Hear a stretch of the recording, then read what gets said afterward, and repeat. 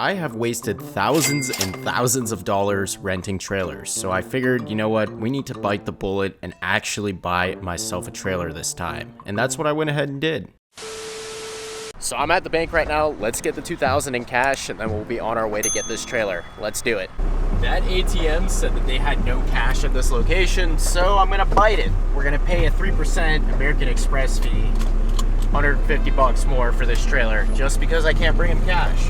So that's great. And trust me, I did want to save some money at first, so I went through the Facebook Marketplace ordeal. I couldn't find anything on there that was in good condition.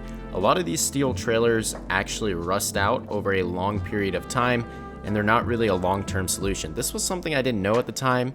In retrospect, I would have spent a little bit more money to buy an aluminum one, but I didn't know. And long story short, I did check out a few trailers in person on Facebook, and they weren't in good condition. So I didn't want to spend all that money, you know, especially considering that they were asking $2,000 plus, when I could just spend a little bit more and get a brand new trailer with a 1-year warranty. So I ended up doing my research and I found a brand new trailer place that was going to sell me a trailer for $3,700 bucks, 17-foot car hauler, leaf spring suspension, brakes on both sides of the axle with every single drum. And this was ideally something that I was looking for because I didn't want brakes only on one side. They were selling an option like that, and they were also selling ones without leaf springs. So I was like, let's spend the dough in order to get a decent setup that's going to get me from point A to point B without bouncing the car all over the place. And that's pretty much what I wanted to get.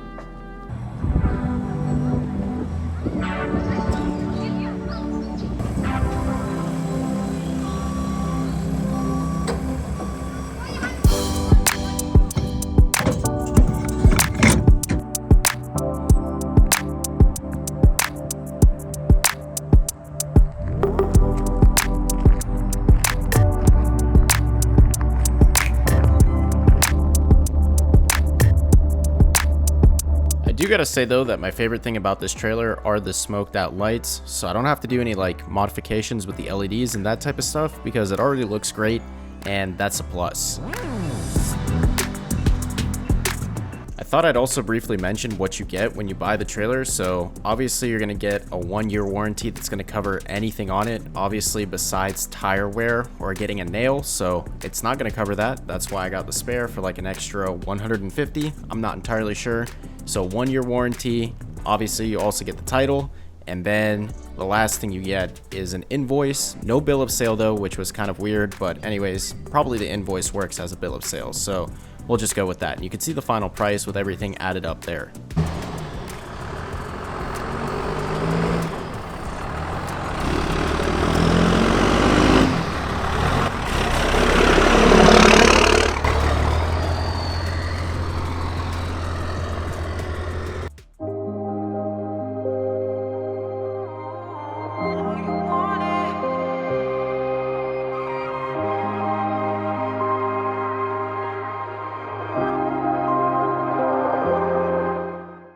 Now, I won't even lie, the first thing that I did was take this trailer on a 2,000-mile round-trip road trip just to test out if it was good while I took my Audi to the tail of the dragon. If you guys haven't caught that video, make sure to check it out. I put a lot of effort towards editing that one, and it was a really fun time with the Audi on the tail.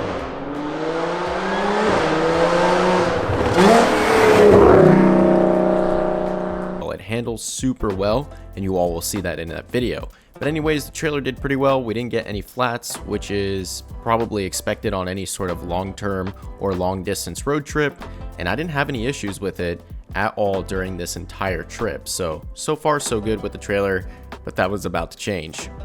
I ended up having to help a buddy about a month after that Tail of the Dragon trip because his car broke down and we pushed his car up on the trailer. Now mind you, we had the trailer attached to the truck just like you're supposed to, and the wheels chocked, and I had the front jack that jacks up the trailer fold like a freaking toothpick under the load of his car. His car weighs 4,000 pounds. It shouldn't have folded it like that. So that was the first problem with the trailer. Definitely not good. And it really broke it pretty badly to the point where I couldn't even take the jack out of the trailer. So it's pretty bad. Like I said before, I did have a 1-year warranty on the trailer, so technically speaking, if I wanted to drive an hour and 45 minutes back to where I bought the trailer from, they would have to replace the jack under warranty because nothing I did should have caused it to fail. So I didn't want to get the same jack and waste the diesel to go all the way there, because I could get a new jack that was $50 more expensive than this one. Mind you all, this was the cheapest jack that they could possibly find on a $4,000 trailer. It cost 30 bucks. I would have spent more gas money getting my warranty claim than actually just buying an upgraded jack that would never do that again. So I just decided to bite it and buy an expensive, nice jack that wouldn't fold, and I had to get the old jack off. So that sounded messed up, but the old jack was so badly stuck on there that I had to take an angle grinder to it. It took around 30 minutes to cut through the actual jack, and then it finally came off. So that wasn't pleasant at all. It took forever to do, and it was a lot of patience. I had to go back and forth between using the angle grinder and the Sawzall, and then I finally got it off. Like, it was a nightmare. But I will say, with the new jack, you had an added feature of not just being limited to using the handle. You could also use an impact socket on it and zip it up and down in order to move it. So there's the added convenience right there. It makes it a lot faster. Now, I'm very heavy on vehicle maintenance because I want my things to last. I spend good money on it. It's very costly. Obviously, it puts a ding in my wallet, so I want to make sure that it actually lasts a while. And when I was reading through the warranty, it said that I needed to follow a strict greasing schedule. Every 2,000 miles or after the first 2,000 miles, you're supposed to re-grease the wheel bearings according to the manufacturer's instructions. You all will see it on screen. So I went ahead and did that. I picked up some grease and a grease gun. This was the first time that I've ever done something like this, but it's very simple to do. You just want to make sure you get all of the air out of the grease gun. And if you want a tutorial, I'll probably make one because it's very easy to do at home and you don't have to worry about bringing it to somebody to go ahead and grease your wheel bearings. I'm literally watching a tutorial right now on how to figure out this grease gun because I've never used one before, so this is going to be a big learning process. Anyways, I did it the first time with a grease that was 350 degree rated, and I was like, you know what? I want that extra added safety, so we're gonna go for one that has a 500 degree drop point. So I ended up switching to that, which you all will see here. But the whole process is pretty simple. You basically jack up the trailer, take the load off of the side that you're doing, one side at a time.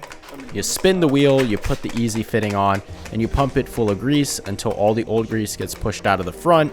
You scoop it up, and you put the dust shield back on. So very simple process, and this is per the manufacturer's recommendation. I followed their exact instructions of using the easy fitting.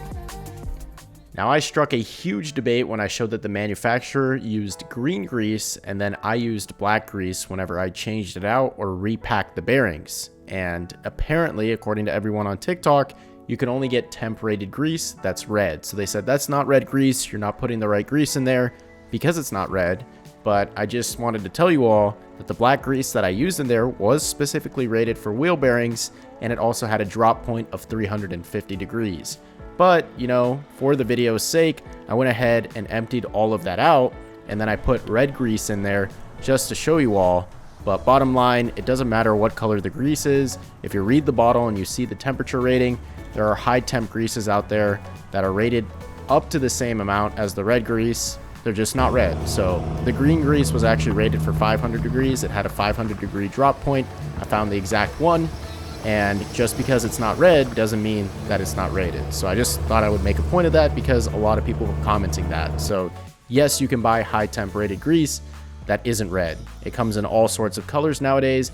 So I threw in the red grease just for like the video purpose. And then I also picked up an infrared gun that would tell me the temperatures on all of the wheel bearings after I did some heavy driving. So I wanted to test it out and see if I would have been okay on the original grease that was rated for 150 degrees less at 350 degrees. So we need a reference point to see how hot the actual wheel bearings get when you drive the trailer around to see if I would be good on the 350 degree grease. And as you all saw with highway driving, we reached 80 degrees. I did my research. The most you should ever see is like 150. If you go anything over that, you're literally cooked. So that just proves I would have been just fine on the original grease that was black with a 350 degree drop point.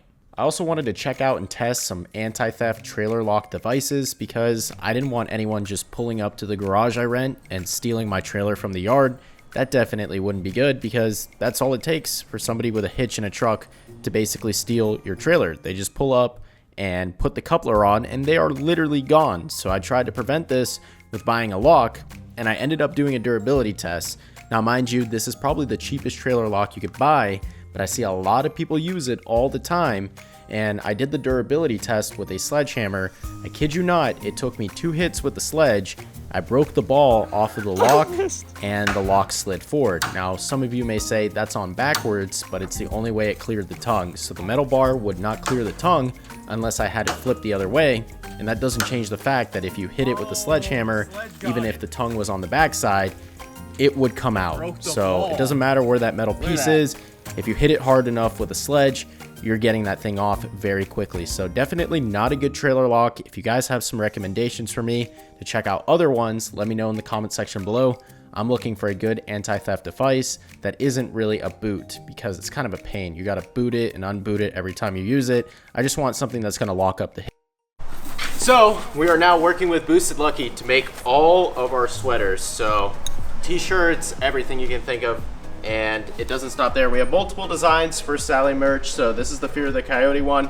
I also do have ones for Sully, and this is back by popular demand from Halloween. So this is the rear view, kind of like Ghostbusters theme. And Boosted Lucky is killing it with the prints because these are super high quality. See the front design. And then I think we still have one more, which is the dinosaur design I did not too long ago. This is like one of the more recent designs. So we're restocking everything on the site, TobyVegaD.company.site. I will also link it down in the description below so you guys can check out the merch, but everything is pretty much restocked, and I'll put everything back up, including the original one too. So Just Don't Get Gapped is gonna get a comeback.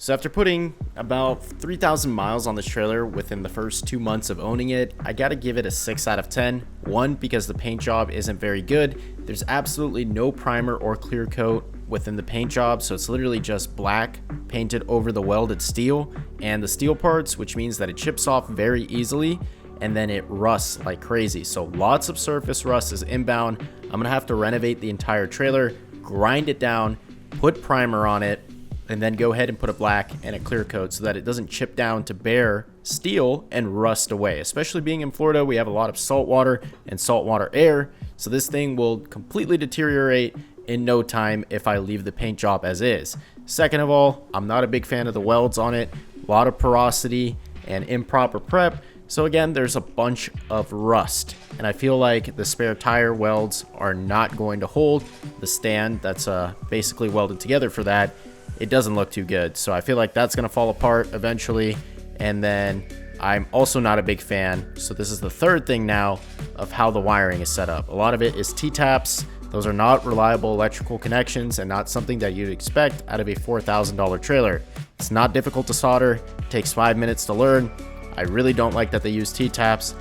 With the corrosion in Florida and all of the water and the constant rain, that's gonna cause issues with the wiring. And all of my brakes and lights on that trailer are set up with T-taps. So very sketchy. I'm gonna have to redo all that. So for the money that I spent for the trailer, I'm not entirely happy, but it gets the job done, and it is still somewhat a nice trailer. So if you all enjoyed this video, please remember to comment, like, and subscribe, and definitely make sure to check out my other videos on my page if you all want me to continue making them, because I need to make the money back somehow. So definitely make sure to watch the videos. I'll see you all in the next one. What's up, guys? This is Zesty Wash, and I'm going to show you what it does today.